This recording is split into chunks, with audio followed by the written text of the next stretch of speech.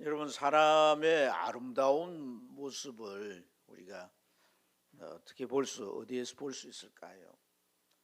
사람의 아름다운 모습은 아주 빼어난 외모도 아름답게 보일 수가 있을 겁니다. 또 이제 잘 차려입은 그 옷으로 보여지는 그런 아름다움도 있을 수가 있죠.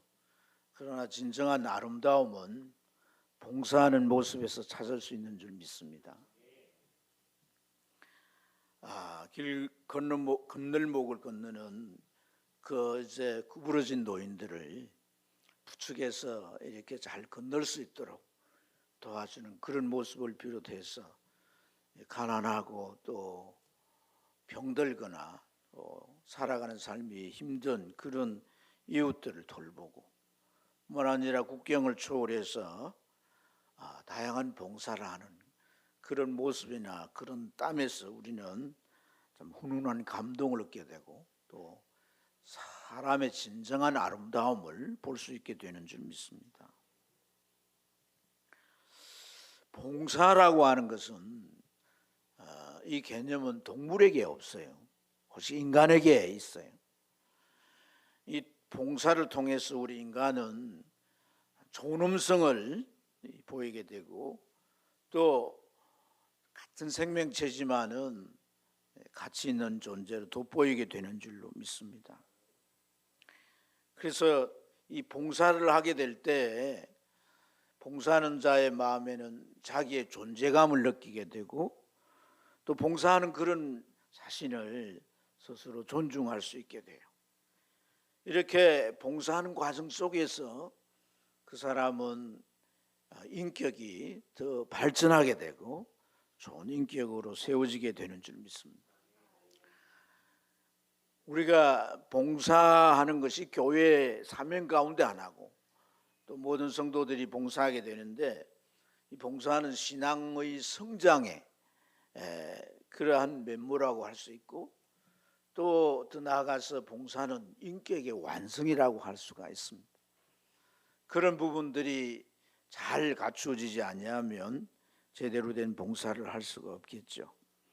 그래서 교회 생활을 하면서 우리가 꼭 직분을 받았음만이 아니라 그 직분 여하를 막론하고 하나님 앞에 달란트를 따라서 봉사하게 되는 줄로 믿습니다.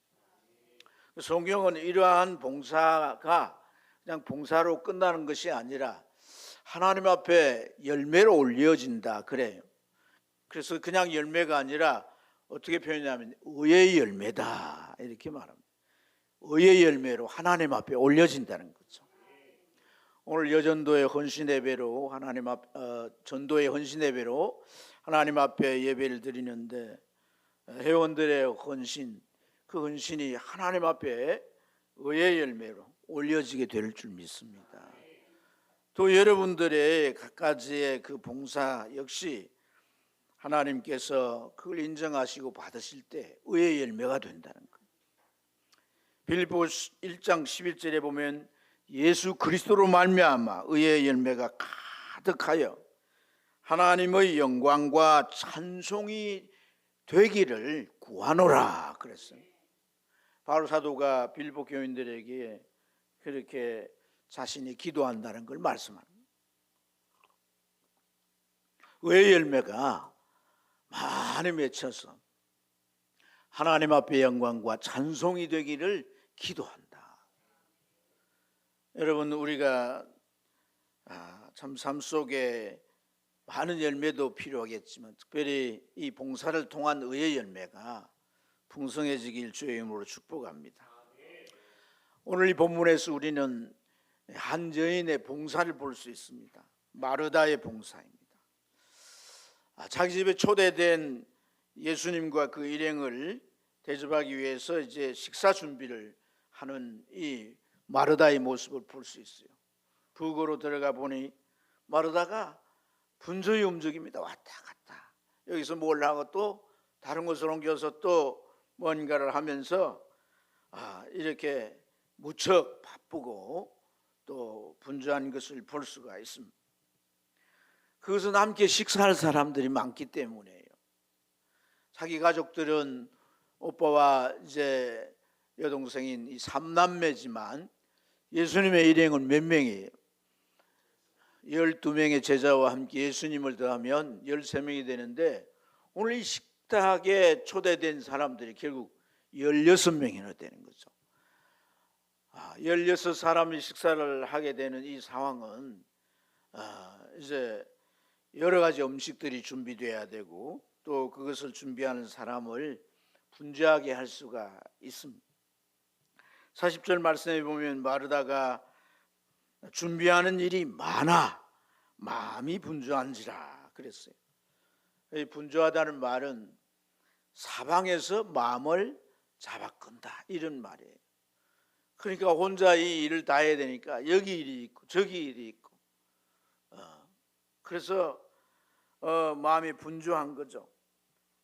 음식도 장만해야 되고 상도 닦아야 그릇도 이제 준비해야 되고 잔도 준비해야 되고 그러니까 이것저것 사방을 따라 이 분주한 이 마르다의 모습을 볼 수가 있습니다.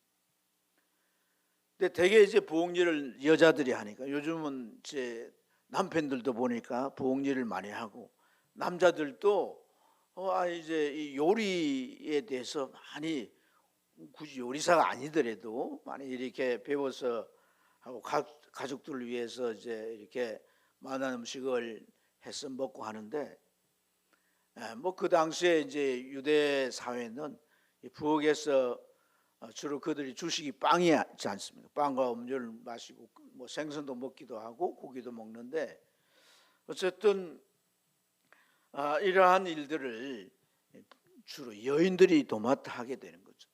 근데 오늘 그 집 안에는 여인이 자기 말고 또 한 사람이 있죠. 여동생 마리아예요. 마리아. 부엌에 일할 사람이 딱 두 사람인데 문제는 이 마리아가 같이 와서 이 일 거들어야 하는데 마리아가 눈에 보이지 않습니다. 빵을 하기 위해서는 뭘 해야 돼요? 반죽을 해야 되겠죠. 반죽을. 그래서 한 손으로는 반죽을 하면서 눈으로는 이제 동생을 찾습니다. 얘가 어디 있는지. 지금 이 상황에 빨리 부엌으로 와서 나를 도와야 하는데 어디가 있지? 찾아보니까 마리아가 제자들과 함께 예수님 발 앞에서 예수님이 하신 말씀을 듣고 앉았는 거죠. 지금 마리아의 자리가 그 자리가 아니라 그의 위치가 지금 어디여야 하는 거예요? 부엌이어야 한단 말이에요. 그래서 제가 왜 저러고 있나 지금 상황 파악을 못하네. 이제 그런 생각을 하고 손짓이나 뭐 또 눈짓이나 여러 가지 사인을 보내면서 이 마리아를 부엌으로 불렀어요. 근데 문제는 뭐냐? 마리아가 반응을 하지 않고 모른 체 하면서 예수님 발 앞에서 계속 예수님 말씀을 경청하고만 있는 거죠. 지금 이 상황이 다들 식사를 기다리고 있지 않아요. 그죠? 빨리 음식을 만들어서 대접을 해야 되기 때문에 모두가 또 이제 식사 때가 되면 배가 고프니까 음식을 다 기다리고 있는 거죠. 오늘 이러한 상황에 마리아의 마음이 급해지는데 동생은 오지도 않고 그래서 이제 예수님이 오랜만에 오셨기 때문에 예수님과 제자들에게 좀 더 다양한 음식을 좀 드시게 하고 싶어서 가짓수도 많게 하고 또 이제 음식량이 분량도 많은데 자기 혼자의 힘으로는 도저히 역부족인 거죠. 동생을 오기를 원했지만 오지 않으니까 급기야 마리아는 이제 예수님과 동생이 말씀 나누는 있는 그 자리까지 가게 되는 거예요. 가까이 가서 오늘 40절 말씀에 보면 그렇게 말합니다. 주여, 내 동생이 나 혼자 일하게 주는 것을 생각하지 아니하시나이까. 그를 맹하사 나를 도와주게 하십시오. 이렇게 예수님께 요청을 하는 것을 볼 수 있습니다. 마리아에게 직접 얘기할 수 있지만 이 마르다가 왜 예수님에게 얘기를 할까요?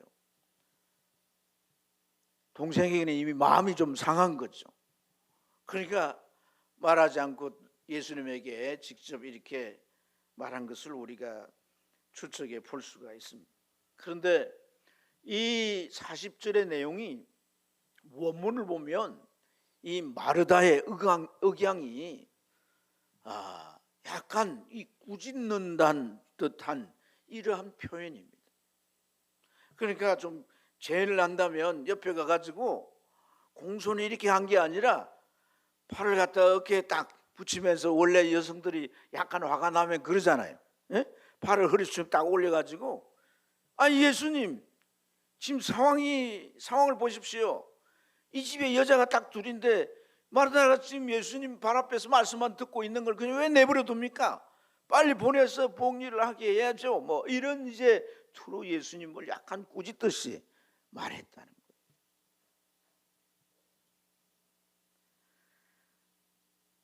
상황이 16명이 식사를 해야 되고 그 일 부엌에서 혼자서 준비를 하는 상황이라면 여성들이 부엌 일을 한다고 전제할 때 이 마리아를 보내는 게 옳은 것이고, 마리아 역시도 와서 일을 도와야 하는데 그러지 않으니까 두고 보시는 예수님에게도 약간 마음이 불편해져 있고, 동생에게는 아주 기분도 상해져 있는 이러한 마르다를 우리가 생각해 볼 수가 있습니다.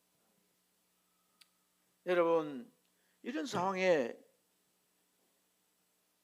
이리 와서 이제 화가 난 듯한 이제 표정으로 말하는 이 마르다를 보신 예수님께서 하신 대답이 뭐예요?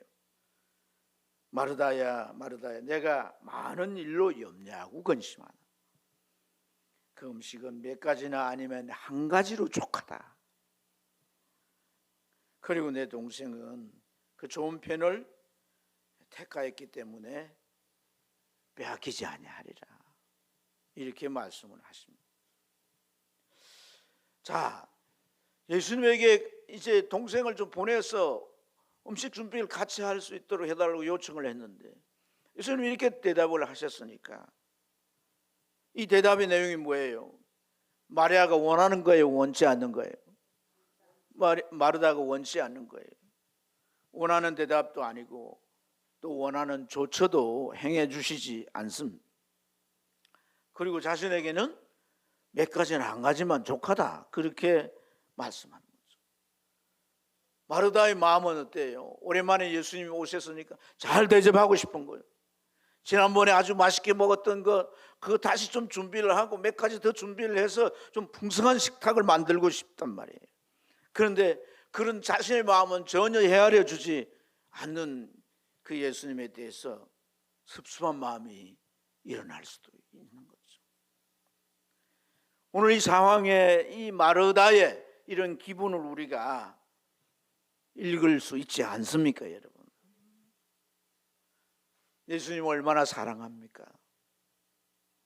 그 사랑하는 예수님을 위해서 대접하려고 하는 그 자신보다도 오히려 동생 편에서 동생을 위하는 것 같고, 자신은 또 순간 좀 이 감정을 다스리지 못해서 말도 공손하지 못했습니다.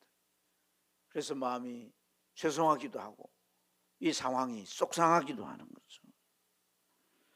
그런데도 지금 여전히 시침이 뚝 떼고 앉아가지고 예수님 말씀만 듣겠다고 지금 앉아있는 동생을 보니까 더 미워지는 거죠. 오늘 이러한 상태에서 마르다는 이 귀한 손님들 모시고 여는 이 파티를 잘 마칠 수 있을는지 걱정이 되는 거죠. 여러분, 이 마르다의 모습을 한번 우리가 상상하면서 한번 생각해 보시고 그의 마음도 또 우리가 한번 헤아려 볼 필요가 있는 줄 믿습니다. 신앙생활을 할 때, 초신자 때는 대개가 은혜 속에 살게 돼요.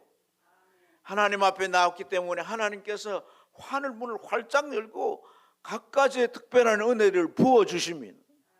그게 하나님의 은혜인 줄을 그때는 몰라도 신앙생활을 하면 이게 참 하나님의 은혜구나 이렇게 깨달을 때가 와요. 그런데 그뿐 아니죠. 교회 오면은 분위기가 어떻습니까? 자기를 환대하는 분위기죠. 환대하는. 그렇죠? 교인들이 웃으면서 반갑게 맞이하고 인사도 하고, 또 뭐 어떤 교회는 대단한 환영식을 해주기도 하고, 저희 교회는 좀 그렇지 못해서 참 미안한데 뭐 하여튼 그렇게 환대하는 분위기예요. 뿐만 아니라 신앙생활 처음 한다면 새로운 환경이 좋잖아요. 경험해 보지 못한 이 새로운 환경을 경험해 보면서 예배나 또 뭐 교제나 또 같이 식사도 하고 대화도 나누고 다양한 사람들도 만나는 이런 새로운 환경 자체가 우리의 마음을 참 이렇게 기쁘게도 하고 들뜨게도 합니다. 뿐만 아니라 우리가 하나님 앞에 나와 기도할 때 영적인 체험도 하게 되는 거죠. 예배 중에도 그렇고 자기가 기도하는 기도에서도 하나님께서 응답하는 그런 체험들을 하게 됩니다. 그렇게 세월이 1년이 지나고 2년, 3년, 4년 뭐 이렇게 이제 횟수가 지나면 교회 생활도 익숙해지고 또 믿음도 어느 정도 생겼으니까 담임 목사가 이분이 뭘 잘하는가 살펴서 그런 일을 그런 이제 재능을 따라 이제 어떤 직임도 맡기고 또 직분도 주고 그렇게 하죠. 그렇게 해서 그의 삶은 봉사의 삶이 시작이 되는 거다. 나도 이제 주의 일에 내가 헌신할 수 있게 됐구나 할 때 되게 마음은 어떻습니까? 신나죠, 그죠? 안 그렇던가요? 신나죠. 흥분되죠. 그래서 열심히 이제 봉사하게 되는데 이렇게 이제 봉사를 해 가다 보면 익숙하지 않을 때도 있고 여러 가지 장애물이나 사람의 관계 속에서도 서로가 이제 뜻이 안 맞을 수도 있고 이렇게 해서 힘들 때가 있는 거죠. 봉사의 자리에 자기 혼자 있을 때가 또한 있습니다. 힘겨워서 도움을 요청하지만은 적극적으로 누군가가 도와주지도 않고 그런 여러 가지 상황에 대해서 하소연을 해도 누군가가 공감해 주는 사람이 없습니다. 그런 와중에도 열심히 해본다고 하지만 뚜렷한 열매가 없어요. 성과가 없어요. 어떤 분을 보면 봉사를 하는데 그 봉사가 아주 멋있는 봉사예요. 그러니까 그 봉사를 하는 거 보면 좋은 봉사를 골라서 하는 것 같고 나는 아주 굳은 일을 하는데 좋은 봉사를 하면서 사람들의 인정도 받고 칭찬도 받고 아주 중요한 그런 존재로 여김도 받는데 나는 이제 아무도 몰라주고 격려나 어떤 위로도 없고 심지어 내 마음에 예수님도 너 잘하고 있어 이렇게 주님이 말해주시는 것 않는 것 같습니다. 그럴 때 우리는 이 마르다의 상태가 될 수 있는 거예요. 이 마르다처럼 우리의 사역이 또 그 결과가 우리의 또한 마음이 우리의 영적 상태가 기울어지고 낮아지고 무너질 수가 있는 거예요. 그래서 우리 마음 다 놓고 싶은 그런 심정에 이럴 수가 있습니다. 지금 마르다가 열심히 하는 그 모습이 무슨 의미입니까, 여러분? 사랑하는 예수님을 위해서 한 가지라도 더 좋은 음식으로 정성껏 대접하고 싶은 거 아니겠어요? 그 자체가 틀린 거 아니잖아요. 문제가 될 수가 없잖아요.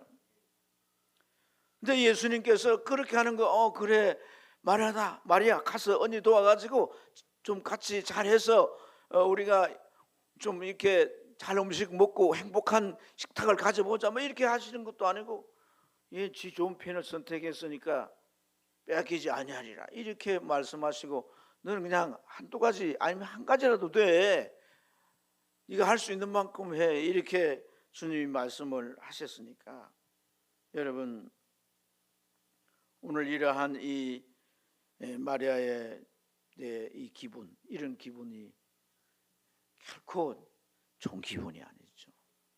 우리가 사역을 하다 보면 이런 상태가 올 수 있는 거죠. 열정으로 했지만 결과가 없어요. 드러난 게 없습니다. 그럴 때마다 참 우리가 이걸 계속 해야 되는가? 주님이 이 사역에 지지하시는가? 그런 이제 미궁 속으로 빠져들 때가 있습니다. 그런 상황이 되면 언제부터인지 모르지만 마음의 부담이 무거운 짐이 되기 시작합니다.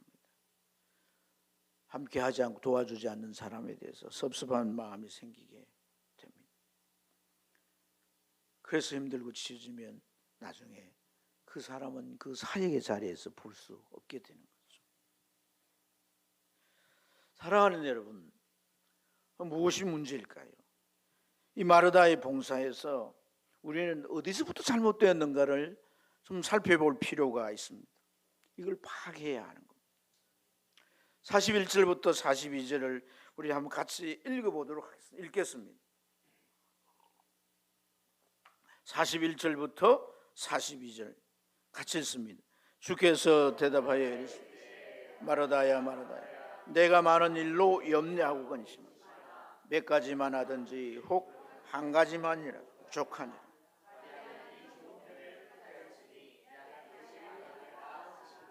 아멘. 자, 우리가 봉사하는 이것이 결국 주의 일이지 않습니까? 그죠?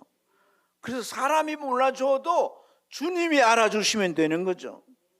주님이 알아주시는 거예요. 오늘 이 말씀 속에서. 자, 보세요. 주님께서 마르다를 향해서 어떻게 불러요? 한 번 불러요? 두 번 불러요? 두 번이나 부르셨습니다. 마르다야, 또 마르다야. 못 들어서 두 번 부른 건 아니잖아요. 예수님이 마르다를 향해서 두 번 불렀다라고 하는 것은 지금 마르다의 감정 상태를 잘 헤아리고 있다 없다? 헤아리고 있다는 거예요. 감정이 지금 고조되었어요. 화가 나 있어요. 그리고 예수님에게도 지금 이의가 있는 거예요. 이러한 마르다의 감정 상태를 주님께서 아시고 마르다야, 마르다야, calm down. 마르다를 진정시키는 모습을 볼 수 있는 줄로 믿습니다. 예수님께서 이 마르다의 마음을 안돈되게 해 주시려고 그를 두 차례나 부르시고 계시는 거죠. 그 부르시는 음성은 자애로운 음성인 줄로 믿습니다. 그의 마음을 읽어내는 음성인 거죠. 그를 위로하는 음성인 거죠. 그에게 너 틀렸다 그게 아니라 너 정말 수고하고 있어 라고 인정하고 지지해 주는 음성인 줄로 믿습니다. 그 다음에 두 번째, 이어서 뭐라고 말씀합니까? 네가 많은 일로 염려하고 근심하나. 염려하고 근심하나는 좀 이제 부정적인 표현이지만은 많은 일로라고 했어요. 많은 일로. 그러니까 자, 예수님은 지금 이 마리아와 얘기를 하고 있고 제자들에 둘러싸여 있지만은 그 외의 공간인 부엌에서 이 마르다 혼자서 막 사방팔방을 뛰어다니면서 막 이것도 하고 저것도 하고 있는 이 마르다의 모습을 보셨다는 거예요? 안 보셨다는 거예요? 보셨다는 거예요. 그래서 많은 일로 네가 수고하나. 마르다의 수고를 주님이 다 보셨다는 거예요. 다 보셨다는 거예요. 날 좀 잘 대접하려고 내가 좋아하는 음식을 굳이 챙겨서 그것을 요리로 만들고 또 이 수고하는 제자들을 위해서 배불리 먹이려고 네가 많은 음식으로 그렇게 수고하고 애쓰는 거야. 봤다는 거다. 내가 뭔가 주의를 위해서 헌신하고 지금까지 해왔는데 주님도 날 안 보시는 것 같아. 무심한 것 같아. 그게 아니라 주님은 우리의 담과 우리의 그 수고, 때로는 홀로 흘리는 그 눈물도 주님 다 보시는 거예요. 우리가 그 일을 하면서 하는 모든 우리의 모습뿐 아니라 우리의 마음의 상태도 다 보시는 거예요. 힘겨워하고 그래도 해보려고 하고 놓고 싶지만은 그래도 다시 마음을 다잡고 하는 그 모든 모습들을 주님은 다 읽으시는 거예요. 다 빠짐없이 다 보신다. 오늘 갈까 말까, 오늘 교회 가서 봉사할까 말까. 어떤 누군가가 전화 와가지고 오늘 만나자고 하는데 그리 가야 되나, 이리 가야 되냐, 예? 그런 모든 모습들을 다 보는 거예요. 오늘 이거 한 건 하면 내가 지금 관리비 해결하고 뭐 지금 월급도 줄 수도 있고 그런 모든 상황을 우리 주님이 다 보시는.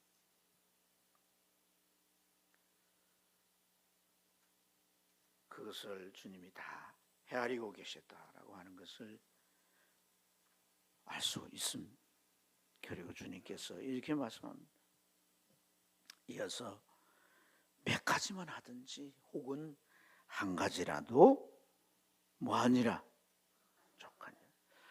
사랑하는 여러분, 여기서 우리는 마르다의 봉사가 왜 바쁘고 또 동생의 비협조를 두고 마음이 상하고 화가 났는지를 발견할 수 있어야 합니다. 우리의 봉사 사역이 어떤 관점으로 하느냐는 것이고 우리의 봉사가 무엇에 맞춰져야, 누구에 맞춰져 있느냐라고 하는 것에 대하여서 주님이 하신 이 말씀 속에서 우리가 분별을 해야 될 줄로 믿습니다. 말의 관점은 뭡니까? 맛있는 음식을 배불리 좀 대접을 하려고 하는 것이 말해야 관점이죠. 그러나 예수님의 관점은 뭡니까? 몇 가지. 그것도 바쁘면 한 가지라도 뭐하다? 족하다. 족하다는 거예요. 족하다. 만족하다 그 말이에요. 족하다는 거예요. 이것은 예수님의 관점인 거예요. 오늘 우리는 이 관점을 붙들어야 되는 거예요. 봉사자는 이 관점을 붙들어야 되는 거예요. 내 관점이 아니라, 상황의 관점이 아니라, 사람들의 요구가 아니라 예수님의 관점을 붙들어야 되는 거예요. 그 관점에 의해서 내가 봉사할 때 우리가 무리수를 두지 아니할 수 있을 줄로 믿습니다. 물론 예수님께 좋은 음식을 풍성하게 대접하는 것 나쁜 일은 아니지만, 그러나 그 열정으로 인해서 감정이 흐트러지고 예수님께까지 원망하게 되는 이러한 모습은 바람직하지 않는 거죠. 그래야 한 거예요. 우리가 봉사하면서 하나님 앞에 우리가 원망할 때가 있어요, 없어요? 안 그런 체 하고 앉아 계시는데 저도 그런데요. 저도 봉사하면서 성도를 섬기면서 좀 이렇게 됐으면 좋겠는데 그렇게 안 될 때 제가 때로는 기도 자리에 기도하면서 하나님 앞에 좀 엉망조의 기도도 솔직히 한 적이 있습니다. 저 사람은 왜 자꾸 저런 모습만 보입니까? 하나님 왜 저럴까요? 어떻게 해야 됩니까?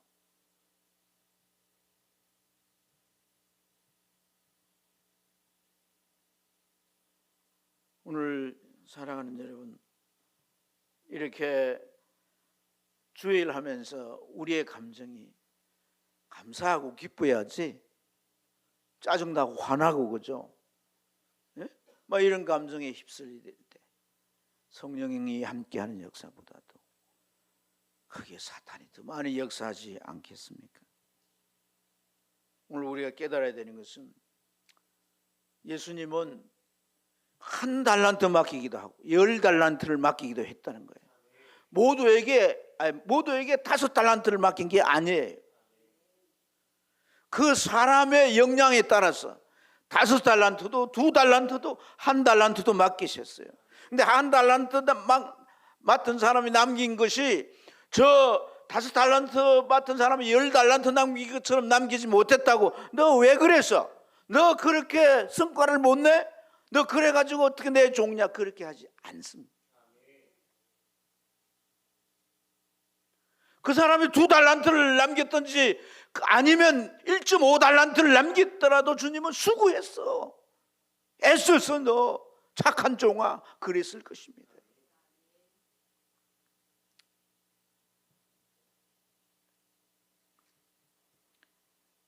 그래서 우리는 정말 우리의 사역이 예수님께 맞춰줘야 되는 거예요. 예수님의 관점, 사람이나 또는 나 자신이나 이런 것에 맞춰져서는 안 되는 거예요. 내가 이런 일을 해서 이런 결과가 있다, 그래서 사람들한테 좀 자랑하면 영광이 되겠죠. 뭐 간증이라는 행태로 내가 이런 사람이라고, 하나님 나를 이렇게 썼다고 간증하는 사람들 은근히 그렇게 많이 하잖아요. 그 사람 눈에 내가 이 사역을 통해 어떻게 비춰지느냐 이거죠. 또 뿐만 아니라 뭘 해놓고 과시하려고, 어떤 사람 직분만 받아도 과시를 하려고 하죠. 그 다 나에게 맞춰져 있는 거지 예수님께 맞춰져 있는 게 아니잖아요. 주님께 맞춰져야 돼.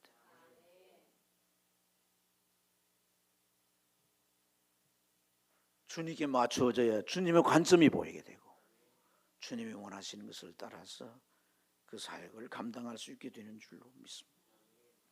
어떻게 우리가 주님의 관점에 맞출 수 있을까요? 자, 오늘 주님이 하신 말씀 중에 이번에는 마리아를 향해서, 마리아를 두고 하신 말씀을 우리가 살펴볼 필요가 있는데, 자, 이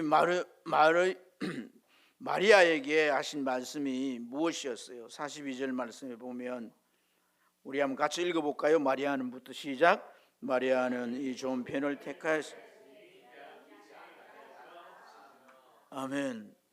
자, 우리가 여기에서 참 이렇게 좀 눈여겨볼 수 있는 대목이 좋은 편이란 거예요. 좋은 편, 좋은 편.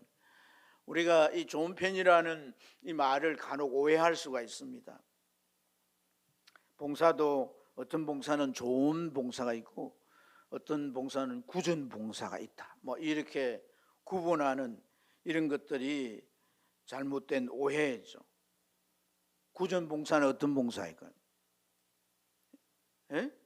청소하고 뭐 화장실 청소도 해야 되니까, 또 부엌에 음식하고 설거지도 해야 되고, 차량 봉사, 힘겨운 거, 이런 것들, 이게 다 굳은 봉사고, 아니면은 하나님의 말씀을 전하고 가르치고 찬양하고 뭐 이런 봉사는, 또 예배에 뭐 순수 맡아서 이렇게 사람들 다 볼 수 있는데 뭔가를 하고 하는 이런 봉사는 또 좋은 봉사고, 이렇게 봉사를 우리가 구분하고 봉사의 성속을 나누는 이런 태도는 옳은 것일까요? 옳지 않습니다. 주를 위해 사는 봉사는 다 거룩하고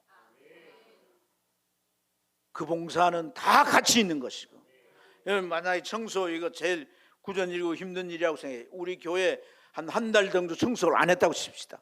한 3개월, 6개월 안 했다고 지금 어떻게 자리가 앉을 자리나 있겠어요? 쓰레기판이 돼가지고. 오늘 우리가 쾌적하고 깨끗한 이런 자리에서 하나님 앞에 예배한다라고 하는 이게 금요일이나 토요일 와서 누군가의 그 봉사를 통해서 이 자리에 앉아 있는 거예요. 여러분이 적어도 신앙생활을 오래 하고 직분도 받은 사람이라고 한다면 그런 것에 대한 감사하는 마음이 있어야 되는 거예요. 정말 교회를 헌신하는 자들에 대해서 정말 그들의 수고, 아무도 안 보는 자리에서 하는 그들의 수고를 우리가 기억하고 하나님 앞에서 그 수고를 위해서 중보하고, 그런 마음이 우리가 있어야 되는 거예요.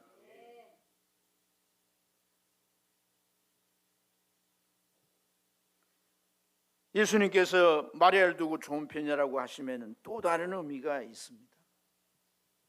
요한복음 12장을 넘어가면 또 한 번의 이제 잔치를 볼 수 있는데, 시몬이라는 사람이 병고침을 받았어요. 그 사람이 병고침을 받고 자기 집에 예수님을 초대를 했어요. 제자들과 예수님이 거기 가 있고, 그 자리에는 특별히 이 마리아와 언니 마르다도 함께 그 집에 있습니다. 마르다는 부엌에 가서 봉사를 하고 마리아는 여전히 주님의 발 앞에 앉아 있습니다. 그래서 이 마리아의 모습은 예수님의 발 앞에 있는 모습이 성경에 기록이 되어 있기 때문에 성경학자들이 별명을 붙였어요. 발치에 앉은 여인. 예수님의 발치에 앉았다. 발치에 앉은 여인이다. 근데 거기에서 이 마리아가 뭘 하고 있습니까? 300데나리온치 되는 나드향 옥합을 곁들여서 예수님의 발에 붓고 자기 머리를 불어서 그 발을 닦아내고 있는 거예요. 이 300데나리온치라고 하는 것은 이제 300데나리온치라고 하는 것은 대개 이제 성경학자들이 1년치의 임금이라 그래요. 노동자의 임금. 그럼 여러분 1년 남편들이 1년 버는 돈이 어느 정도 돼요? 4, 5천 다 되잖아요. 뭐 연봉이 7, 8천 되는 사람은 더 많겠고 그 정도의 값어치다. 그 정도의 값어치. 그걸 그냥 예수님 발에다 붓고 머리를 풀어 그걸 닦고 있으니까 이상하게 보는 사람도 있고 특히 이제 제자들이 비난도 하고 그리고 그 중에 가룟 유다는 이걸 팔아 가난한 사람들이 주어서 많은 사람을 구제했을 텐데 이런 짓을 한다고 하면서 막 야단을 치는 거예요. 그런데 그 마가복음에 보면 가만두어라 나의 장래의 날을 위해서 그것을 간직하라고 하시는데 병행구절인 마태복음 26장 6절로 13절까지 내용에서 살펴보면 그런 말을 합니다. 내게 좋은 일을 하였도다. 좋은 편을 택했다고 그러잖아요. 좋은 일을 하였도다 그렇게 말씀을 하시면서 내 장래를 위함이라. 앞의 말씀과 같은 장래를 위함이라고 하는 것을 말씀합니다. 그러면서 복음이 전해지는 곳마다 이 일을 같이 전해라고 말합니다. 사랑하는 여러분, 이 마리아의 이 행동은 어떤 의미의 행동일까요? 예수님이 이미 설명했잖아요. 내가 십자가에서 재판을 받고 처형되는 그 일을 위해서 지금 하는 거란 거죠. 예수님이 십자가에서 죽으실 그 일을 위해서 지금 이 마리아가 이렇게 향유를 부었다라고 하는 의미가 뭡니까?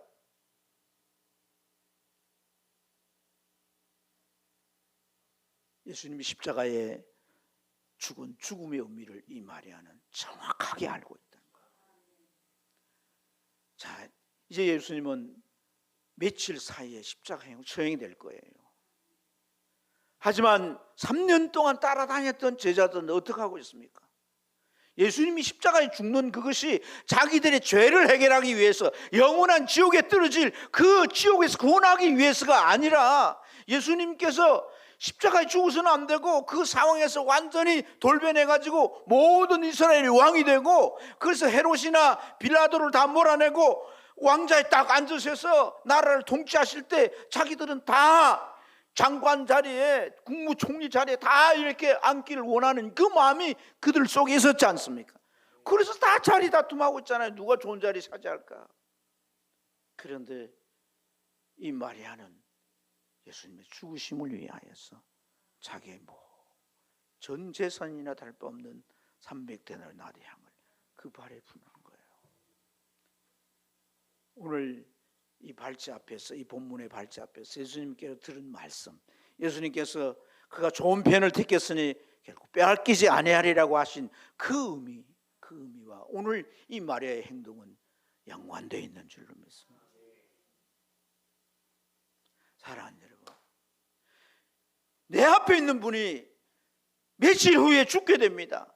재판을 받고 죄인이 되시고 십자가에 처형이 됩니다. 그런데 그 처형이 자기가 힘이 없어 죽는 게 아니라 내 죄를 대신해서 담당하시고 그 죄값으로 자기의 목숨을 내놓는다라고 할 때, 그것이 진짜 믿어진다고 할 때, 자기를 구원하기 위해서 그런 일을 했다라고 할 때 자기에게 무엇이 아까운 게 있겠습니까?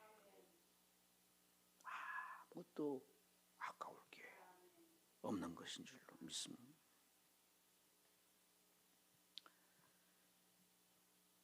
오늘 마리아가 예수님을 위해서 이렇게 나디향을 부은 것도 일종의 봉사라고 할 수 있습니다. 사랑하는 여러분, 우리의 봉사가 정말 의의 열매가 되기 위해서는, 하나님 앞에 올려지는 열매가 되기 위해서는 주님이 원하시는 봉사가 되어야 되겠죠. 주님을 드러내고 주님이 하시는 일을 드러내고 주님이 원하시는 일이 이루어지도록 하는, 내가 아니라, 다른 사람이 아니라, 그래서 내가 정말 이 교회에서 중요한 인물이다 그렇게 막 드러나길 원해서가 아니라, 그런 생각이 우리 안에 있다면 다 오늘 이 말씀 앞에서 우리가 다 회개하고 제거해야 할 줄 믿습니다.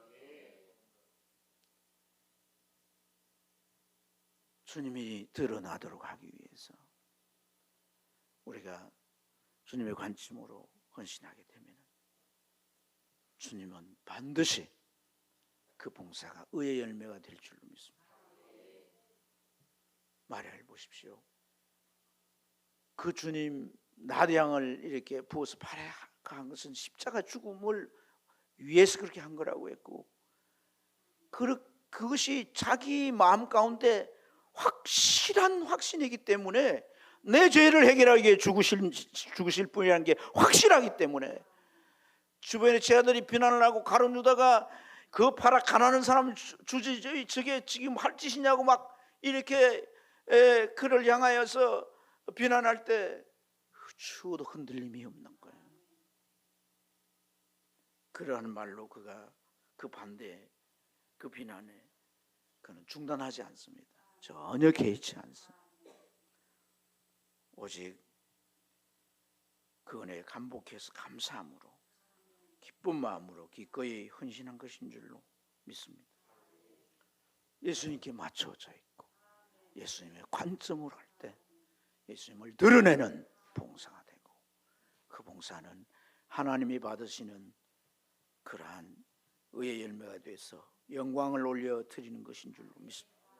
예수 그리스도로 말미암아 의의 열매가 가득해서 하나님의 영광과 찬송이 되기를 구하노라. 사랑하는 여러분, 그래서 우리의 봉사가 위로부터 오는 지혜를 힘입어서 하는 봉사가 되기를 축복합니다. 야고보 사도는 3장 17절부터 18절에 위로부터 난 지혜는 첫째 성결이고, 둘째 화평이고, 관용과 양송과 긍휼과, 이런 것들이 왜 필요합니까? 우리의 감정을, 우리의 마음에 이 감정을 잘 순화해서 하나님 앞에 선한 열매가 많이 있게 하는 것인 줄로 믿습니다. 봉사를 해도 화평이 따라야 되는 것이죠. 그래서 화평을 심고, 그래서 얻어지는 열매가 무슨 열매라고요? 의의 열매라고, 하나님 앞에 올려지는 열매라고. 이런 열매가 풍성한 전도 회원들과 우리 모두가 되기를 축복합니다. 기도하겠습니다.